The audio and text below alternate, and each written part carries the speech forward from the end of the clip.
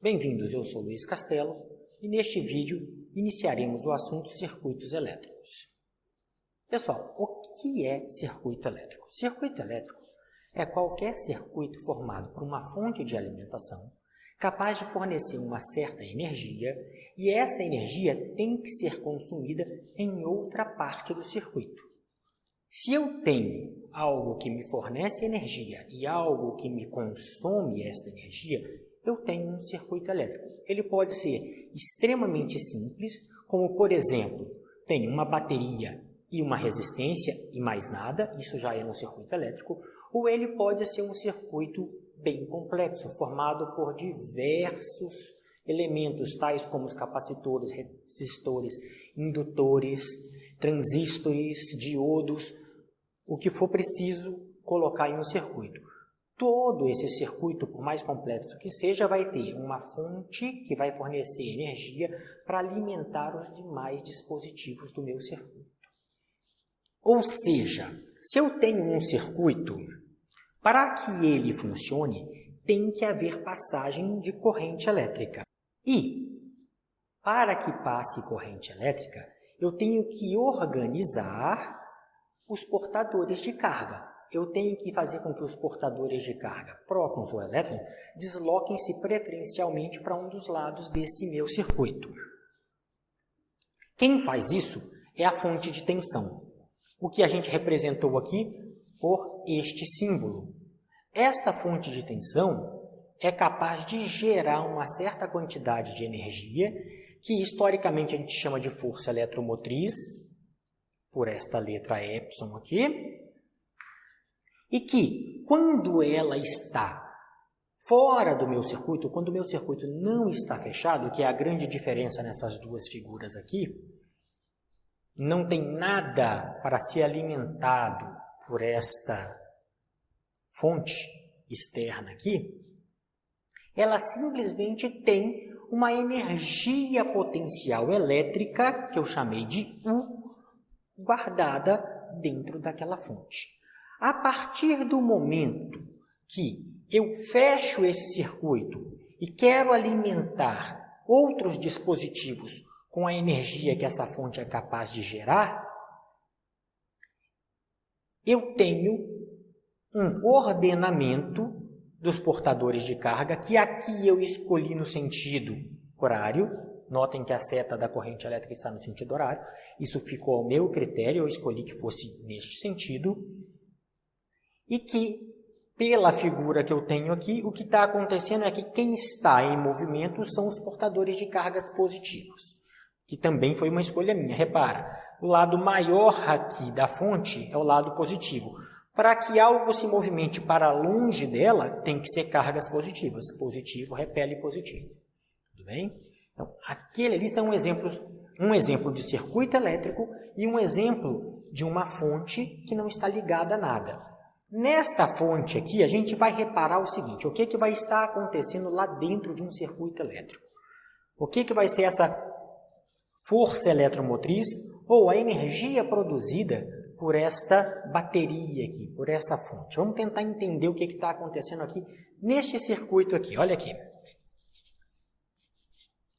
Quando eu estou trabalhando com esse circuito, do lado de fora, acabei de falar para vocês, eu estou repelindo cargas positivas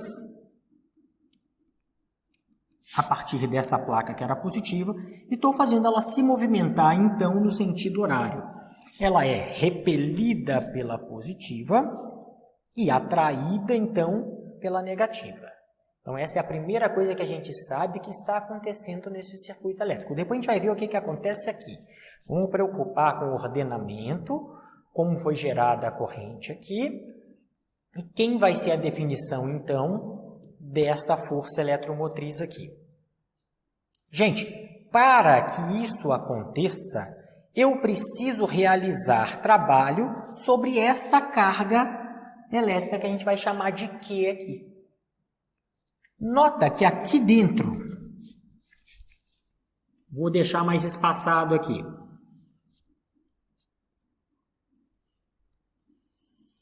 aqui dentro da minha bateria, façam de conta que esta parte é um zoom aqui da minha bateria.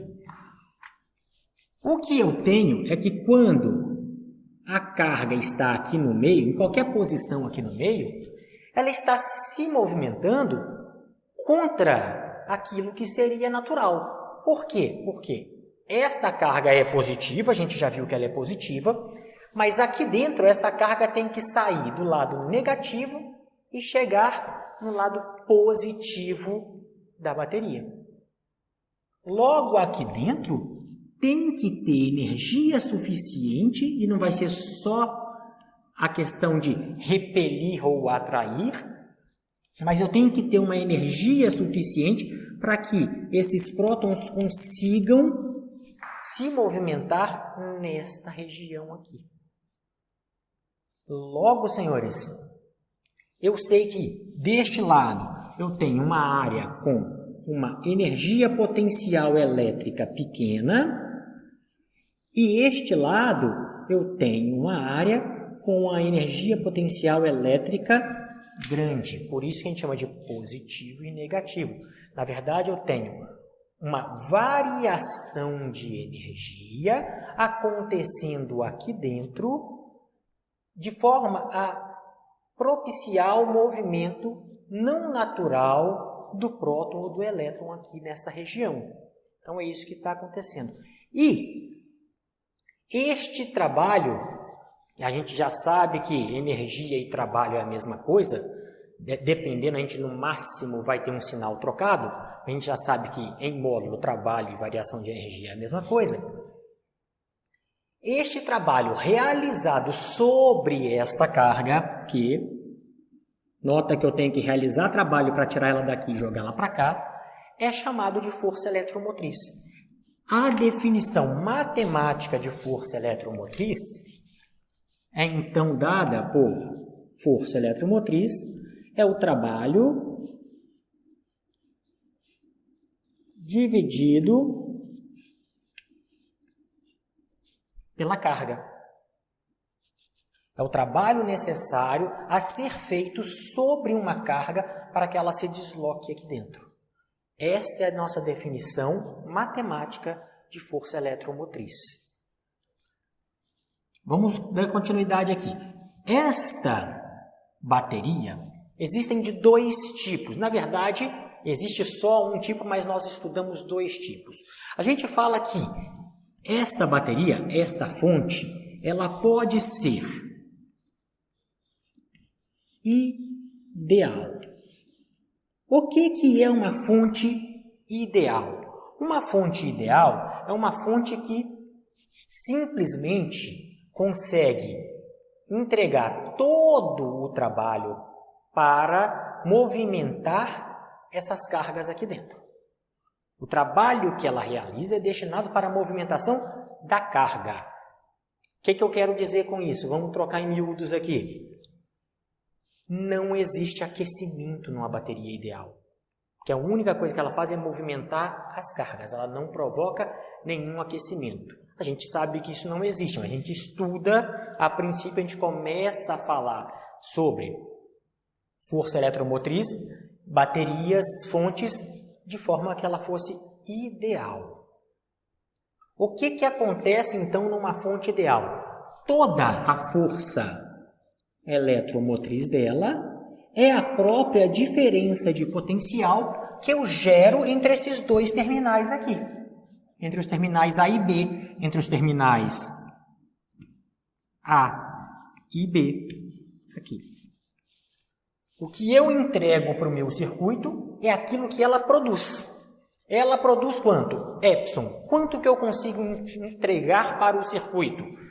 Epsilon também. Como eu estou entregando para o circuito, isso aqui simplesmente troca de nome, passa a chamar diferença de potencial. Então, numa fonte ideal, tudo que ela produz é entregado para o circuito.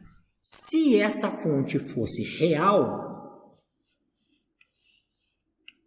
o que ia acontecer? Ela ia produzir uma certa quantidade de energia para movimentar as cargas, ou seja, ela ia realizar trabalho sobre as cargas para que elas se movimentassem aqui dentro, mas parte dessa energia vai ser transformada em calor, porque existe uma resistência natural aqui na minha fonte. É uma resistência intrínseca da fonte, é própria dela. Logo, parte que eu gero aqui vira calor. Não me serve para movimentar o elétron.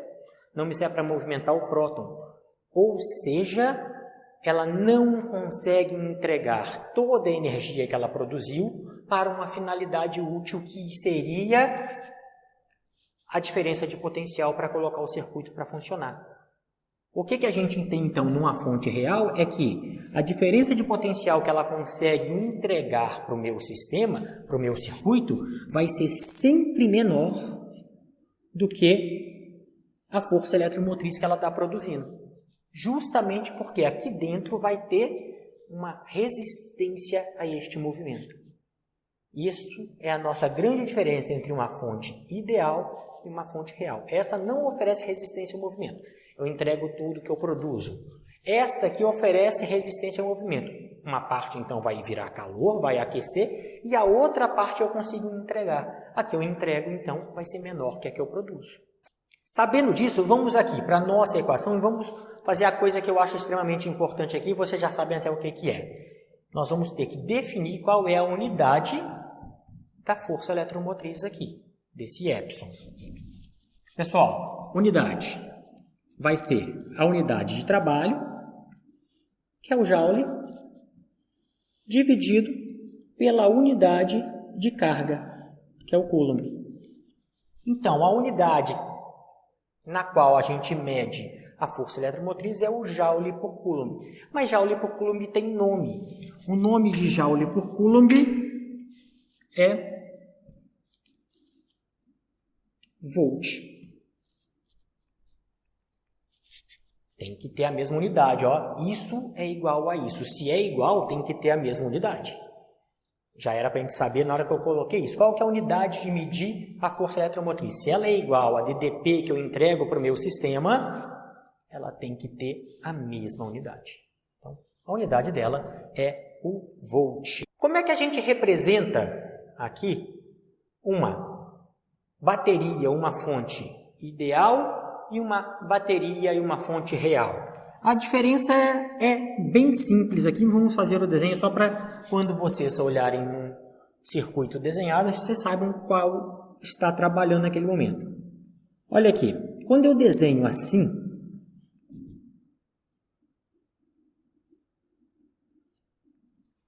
esta é uma fonte ideal.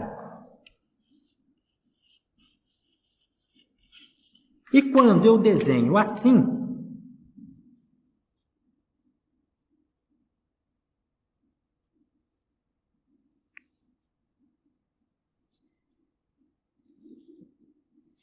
bem pertinho dela eu desenho um resistor com um Rzinho pequeno aqui, eu estou falando que parte desta energia produzida aqui é consumida na forma de calor nesse resistor. Ou seja, quando eu desenho a fonte do lado de um resistor aqui, essa fonte é uma fonte real. E cai nessas duas situações. Quando é ideal, o epsilon é igual à diferença de potencial. Quando é real, o epsilon é sempre maior que a diferença de potencial. Ou seja, eu produzo mais e entrego menos porque parte é consumida aqui. Essa aqui foi só uma parte introdutória para que a gente possa dar seguimento aos assuntos de circuitos elétricos nos próximos vídeos. Dessa forma, a gente encerra o nosso primeiro vídeo a respeito de circuitos elétricos.